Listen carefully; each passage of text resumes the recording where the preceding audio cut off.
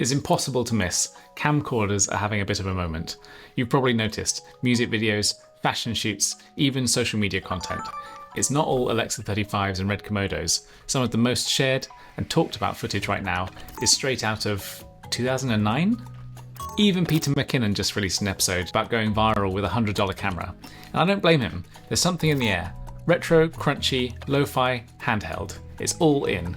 Again. So in this episode, we're going to work out if you need a camcorder in your arsenal. And is this nostalgia bait justified? Let's go. Look, I'm a working videographer. I shoot commercial work, I own a red Komodo X, I shoot on a Sony FX6, and I still regularly use my A7S III. I take my tools seriously. So why did I pick up a plasticky little camcorder with a sensor the size of a postage stamp and a codec that basically collapses if you try and color grade it? Curiosity. Also, I found it in a box of old cameras I inherited recently. And because we're in this weird moment where gear doesn't really matter, well, at least that's the fashionable thing to say amongst the video intelligentsia, people still want a look. And camcorders, they have a very specific look. I didn't have high hopes. Let's be clear, I knew nothing of this camera when I found it. I didn't even know if it would turn on. A spoiler, it didn't. I had to order new NP-FV batteries. The DCR SX33 isn't some underdog legend. I kept it because it was a Sony. And given how familiar I am with the A7S III and FX6, I figured I'd probably get on with it okay. Fortunately, unlike the sometimes Byzantine menus on Sony cameras, their Handycam offerings, which are obviously aimed at the consumer market, are very easy to operate, even after 15 years. First, let's give credit where it's due. This thing is small, really small, like actually pocketable small, and it turns on almost instantly. The battery life is ridiculous, the screen flips so you can frame yourself, and it has a zoom rocker that actually works. And best of all, you feel absolutely no pressure when you're using it. That last one is key, but I guess because in the context of my other cameras, this does feel very toy-like. When I'm using my Komodo, I'm thinking about image integrity, rigging, about filters, about R3D settings, and client expectations. With the SX33, none of that. It's a toy. Just point it and hit record. And I actually bet that's part of why fashion shooters and music video directors are leaning into this aesthetic again.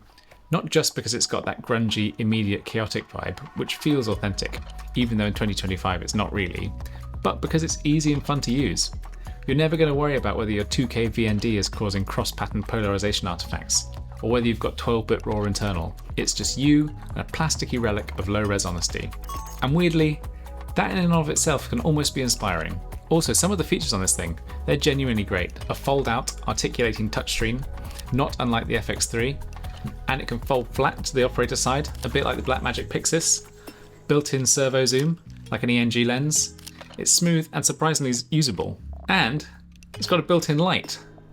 Seriously, why don't modern cameras have this? So while it might feel like a toy, in a few ways it's actually more fully featured than some modern cinema bodies. Nice. A quick pause, if you ever want to see some real-time BTS of what I'm working on commercially or for YouTube, I usually post that stuff to my Instagram stories, so if that's your kind of thing, feel free to pop over and say hi there. But okay, let's not get carried away. This is not a good camera. I mean, it's probably a fine camera for what it is, but it's not going to give you anything close to a modern image. Dynamic range is a rumour. Low light, forget it. Everything has that soft, baked-in look.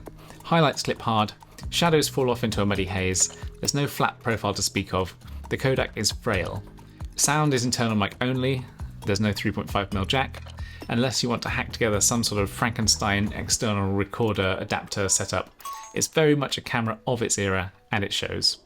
But again, that's also why it's interesting. You're not reaching for this to impress a DIT or pull a clean key in Resolve. You're reaching for it because it strips everything away. It's like filming with a sketchbook instead of a canvas, and sometimes that's probably what you need to get loose. And this all ties into something I mentioned back in an earlier episode about why I document my life. Not every shot has to be for a client, and not everything has to be pristine. Sometimes it's more valuable just to capture anything than to wait for the perfect lens or camera to be available. And that's definitely part of the appeal here. This kind of camera makes you shoot differently, maybe even makes you shoot more. And while it's easy to dunk on the quality, and believe me, you can dunk on this quality, I've also been surprised at how watchable some of the footage is. It's not pretty, but it feels real, and that kind of nostalgic capture counts for something. Okay, so should you rush out and buy yourself a Handycam? Here's my take. If you're a working filmmaker looking for a new creative spark, maybe. It's fun, it's definitely different, and critically, it's inexpensive enough to treat it like it's a toy, which you can't say about many bits of video kit. If you've already got a strong set of video making skills, you won't struggle at all to leverage a camcorder's really limited capabilities to get that lo-fi aesthetic that's back in vogue. It won't be right for every project, it won't be right for most projects, but think of all the other kit in your inventory that so rarely gets used. This might fit right in. So am I going to keep using it? Almost definitely not regularly, but I'm glad I tried, and I'm glad it's part of my inventory, because sometimes the point isn't to get the best shot, it's to remember what it felt like just to make stuff. If that sounds like your vibe, you might want to check out my episode about the Fuji X100V, another camera I use specifically because it doesn't feel like work. If you found this interesting, or just want to watch me struggle with more cursed gear, like and subscribe. And hey, have you used a camcorder recently? Got one lying around in a drawer? Let me know in the comments, I'm always curious to see what people hang on to. See you next time. Thank you.